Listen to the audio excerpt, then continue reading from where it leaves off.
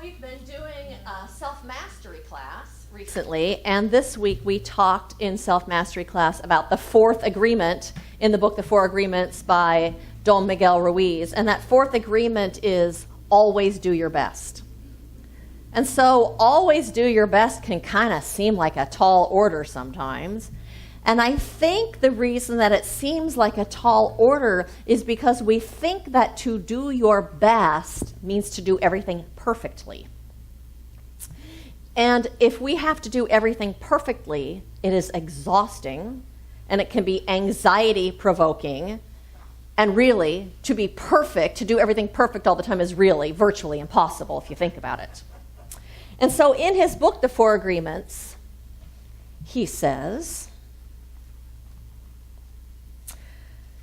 under any circumstance, always do your best. No more, no less. But keep in mind that your best is never going to be the same from one moment to the next. Everything is alive and changing all the time. So your best will sometimes be high quality and other times not as good. When you wake up refreshed and energized in the morning, your best will be better than when you are tired at night. Your best will be different when you are healthy as opposed to sick, sober as opposed to drunk. Your best will depend on whether you are feeling wonderful and happy or upset, angry, and jealous. And so it's so good to know that our best changes all the time. It's never static. But what that says to me is doing our best isn't about meeting some outside expectation. It's not about measuring up to some external standard. It's not about pleasing someone else or getting the approval of somebody else. It's not about being motivated by external reward or recognition. Instead, doing your best is really about putting yourself fully into whatever it is that you're doing. It is doing whatever it is that you're doing with intention and with presence, your own presence, being fully engaged and fully present in whatever it is that you're doing. Because it makes you feel good when you do that. Because it makes you feel good when you've done a good job, when you've succeeded, when you've mastered something, or when you do something and the result from what you've done is a good result. It takes us to that place. And so what that says to me then is that doing our best is internally motivated. And so, as human beings, we have a need to succeed. We have a need to do a good job at whatever it is that we're doing because it makes us feel good. Because it makes us feel alive and filled up and full. It makes me think of Eric Butterworth, who actually says, do not work to make a living, but work to make a life. It's the same thing. We work so that we can be this creative expression and express ourselves in the world. We work to express that creativity and that life essence and that creative genius within us. We work to express our own wisdom, our own creativity, to expand whoever it is and whatever it is that we are, and to live fully. So it's the same thing. When we are doing our best, we live more fully. We are expressing ourselves more fully. And so we do best because it makes us feel good about ourselves. When we do our best, it raises our self-esteem, and it alters how we see ourselves. It leaves us feeling deeply satisfied because we've accomplished something well. But doing our best requires that we be fully engaged. And because it requires that we be fully engaged with whatever it is that we're doing, it actually ends up making us feel more alive than if we do something haphazard, if we do something halfway. And so in Hinduism, there is a sacred practice called puja. And in his book, he talks about that. He says, in India, they perform a ritual called puja. In this ritual, they take idols that represent God in many different forms and bathe them and feed them and give their love to them. They even chant mantras to these idols. The idol itself is not important. What is important is the way they perform the ritual, the way they say, I love you, God. When we are doing our best, it's like we are performing puja around our lives. It's like we're honoring our life, the life that we're living, and we're honoring the gifts that we have in our life, and we're honoring the opportunities that we have to express. We're paying tribute and homage to our own life when we're doing our best. And I know that sometimes we don't do our best. In fact, sometimes we don't even try to do our best. Sometimes we just kind of go through the motions and we're kind of on autopilot. It's kind of like we're sleepwalking. Sometimes we don't do our best simply out of habit. Simply sometimes because we're really just not present with what we're doing. Perhaps maybe you make the bed haphazardly in the morning, or maybe you spill coffee grounds on the counter and spill coffee on the counter and then walk away and don't clean it up. Maybe you do a report at work and it's just carelessly done and you turn it in anyway. Or maybe you've neglected some commitment that you've made. And maybe it doesn't matter. Unless it does. Unless it somehow makes you feel less than who you are. Unless it somehow diminishes your self-esteem and the way that you see yourself and the way that you hold yourself. It does unless it makes you feel like you're not your best. If it makes you feel like you are less than thriving or alive or vibrant or being who you really are. Unless it makes that little voice that sometimes is so quiet you don't really hear it that says, I knew you weren't really that good. You're really not that good of a person. You could have done better than that. That little nagging voice is back here, so quiet sometimes.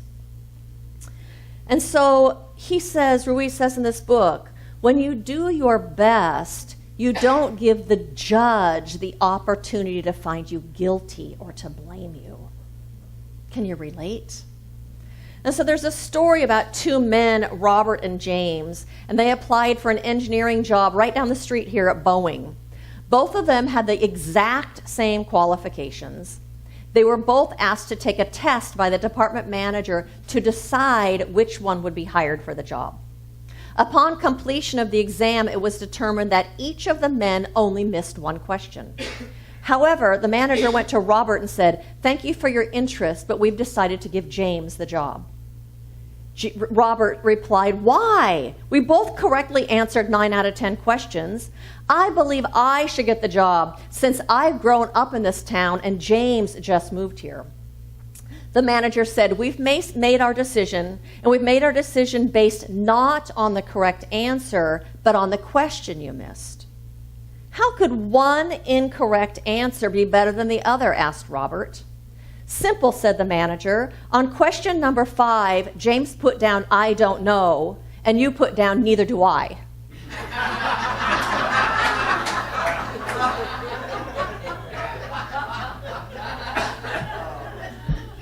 We've all made mistakes. We've all not done our best sometimes. We all have things that we've done where we could have done better, and then we sometimes regret it later, yes? You know, we do that. We've made mistakes. We use harsh words with people that we love, or sometimes we're short with our kids or our grandkids, or sometimes we're neglectful of our duties or even neglectful of relationships that we have. Sometimes we make mistakes at work. We make those mistakes. And when we make mistakes, or when we have done less than our best, there's one of 3 things that we can do. We can either feel guilty about it and criticize ourselves and beat ourselves up, tell ourselves how rotten we are and how stupid and lazy and mean and no good we are. But you know what? When we do that, isn't it just like pulling the plug on the bathtub? Just drains all the water out of the tub, drains all of our energy out of us. It stops the forward movement in our lives from moving forward and doing better and being more.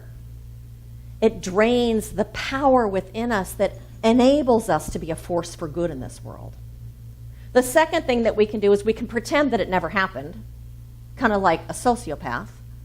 But since none of us really in this room, I think, are sociopaths, what ends up happening then is we end up drinking too much or eating too much or playing too many games on our phone so that we don't have to feel those feelings and we don't have to think about that thing that we've done.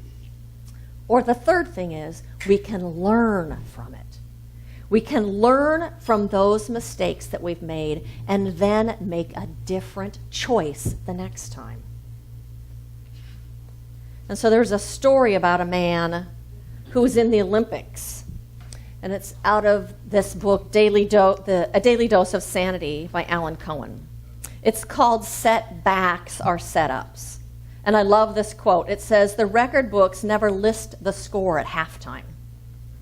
So it says, during the 2004 Summer Olympics, U.S. gymnast Paul Hamm was favored to win the men's individual all-around series of 6 events. During the vault competition, Hamm slipped on his dismount and fell on the judges' table. He was penalized severely and instantly dropped from 1st to 12th place. The television commentator grimly commented, "Paul Hamm will remember this vault for the rest of his life." With 2 events left in the competition, U.S. fans hoped that Hamm could miraculously work his way back to perhaps a bronze medal. In the final event, the horizontal bar, he turned in a perfectly stellar performance. To everyone's amazement, Hamm emerged with the gold medal by a margin of 12 to 1,000th of a point, the slimmest margin in Olympic history. As it turned out, the television commentator was correct. Paul Hamm would remember that vault for the rest of his life, but not because it was his undoing, but because it represented the greatest comeback in Olympic history. You and I, too, have made errors. We shudder to think about remembering for the rest of our lives. Yet those errors do not reflect the final score, for the game is not over. Like Paul Hamm, you can still make a stellar comeback and capture the gold. You can do better next time, or reframe the way you regard the past events so it empowers you, or simply love and forgive yourself. No matter what you did, recognize that in the big scheme of things, it is not what you thought it was from a judgmental viewpoint. It was a platform for a stellar performance. Whatever it is that we have done that was not our best, we can use that to do better, to learn from, to make a different choice the next time. If you have done less than your best in some particular situation in life, clean it up. Take responsibility for it. Apologize if you need to apologize, and make it right if there's something you need to do to make it right, so that you can feel clear, so that you can be clean, so that you can feel at peace.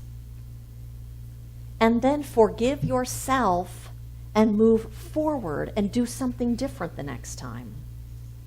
You remember that in Matthew 5:23 it says, "So if you are presenting a sacrifice at the altar in the temple, and you suddenly remember that someone has something against you, leave your sacrifice there at the altar, go and be reconciled to that person. Then come and offer your sacrifice to God." If you remember you are holding something against yourself, go and be reconciled, because you cannot show up at the altar of life open to the gifts that are at hand, all the blessings, when you are holding yourself in judgment. You have to forgive yourself, learn from it, make a different choice the next time, and move forward. It's a gift for you in your learning and in your evolution. So forgive yourself. Because as you know, when you haven't done your best, we create inner conflict inside of ourselves. We have self-judgment and doubt, which in turn lowers our self-esteem. It removes the possibility, when we are in judgment of ourselves, of creating heaven within ourselves. Ernest Holmes tells us that the universe holds nothing against us. You are free to move forward and to do something over again. When we use our mistakes and the times when we have done less than our best, when we use those times to bring something greater forward, to make a change, to learn, to grow, it's like a springboard in the Olympics. You know, in the Olympics, that springboard allows someone to jump so much higher than they could and to do so much more than they could without that springboard. Allow those mistakes and those times when you've done less than your best to be a springboard to being who you really wanted to be in this world. And so when we recognize our mistakes, and we recognize that it is not really who we are, that enables us to be more. When we recognize we haven't done our best, it allows us just the next time to bring our spirit, to bring the fullness of ourself into the world in a greater way, and to be a beneficial presence wherever we go. But doing your best requires that you be awake. It requires that you pay attention. It requires that you take responsibility for your actions so that you can choose again if you've done something you don't like. It requires mindfulness. It also requires that we have compassion for ourselves, being gentle with ourselves, allowing ourselves to make the mistakes, knowing that it's part of life so that we can grow. It supports us in growing. And so what I want you to remember is that doing your best, always doing your best, is not externally motivated. It is not about measuring up to somebody else's expectations. It is not about measuring up to some external standard. It is doing your best in any given moment, in whatever it is that you're doing. You know, we learn everything through repetition. We learn how to tie our shoes through repetition. We learn how to drive a car through repetition. We've been talking these last 4 weeks about these 4 agreements. We've been talking about being impeccable with your word and not taking anything personally and not making assumptions and always doing your best. All of those things we are able to do through repetition.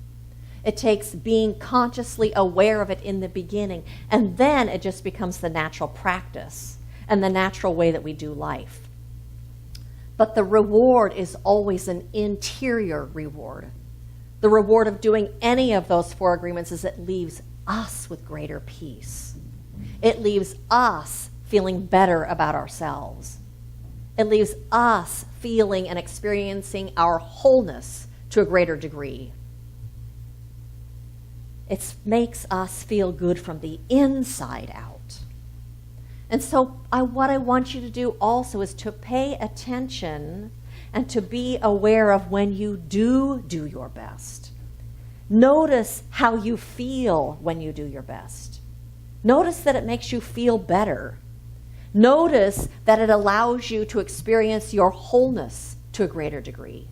Notice that it gives you better self-esteem. Notice that it leaves you feeling more deeply satisfied than when you do something halfway.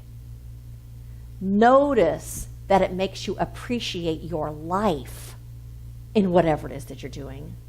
And in turn, it makes you appreciate life with a capital L to a greater degree. And so as a result of doing your best, you'll be living your life more fully and experiencing greater peace and creating heaven right in the middle of your own life. And so blessings to all of you on this path of awakening to your own spirit and bringing your own spirit into this world in such a way that is a blessing to you and a blessing to everyone that you come in contact with. Blessings to all of you.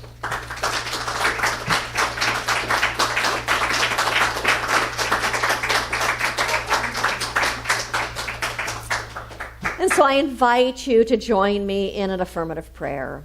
And so we just take this moment to step out of time and space, to step out of this material world, and to step into that absolute presence, that infinite one that is ever present, that is reality itself with a capital R reality, that infinite presence from which all things have sprung forth and which is the very substance and fabric of life itself. That life of God that is the very energy of intelligence and of love, of good, of high purpose. Recognizing that we have each come here to planet Earth as incarnations of that infinite one, of that absolute creativity and love and peace and beauty and goodness, that we are here expressing as that in form. And so I know today that each and every single one of us, that we are led and we are guided and we are compelled by that one inside of us. That is none other than our own spirit. That is none other than our own soul. That is none other than our own divinity. That this is the thing that leads us and guides us in this life to make choices that support us, choices that support our life, choices that enable us to thrive and to feel good and to bring a beautiful gift to this world. And so today we make the choice to do our best to the best of our ability, recognizing that that indeed serves us, that indeed serves us as spiritual beings and allows us to live in fullness. And so I am so grateful for this opportunity and this remembrance of this infinite one that is always right where I am, always right where each one of us are, unfolding itself as the exact thing we need in any given moment. And so how blessed we are, and what a blessing we are as we do that. And so it is with gratitude and a full heart that I release this prayer into that creative law of the universe that is orchestrating this entire universe right now so that this good may come into being, because we have said yes to the call of our own spirits. And so it is with gratitude that I release this prayer and I say, and so it is.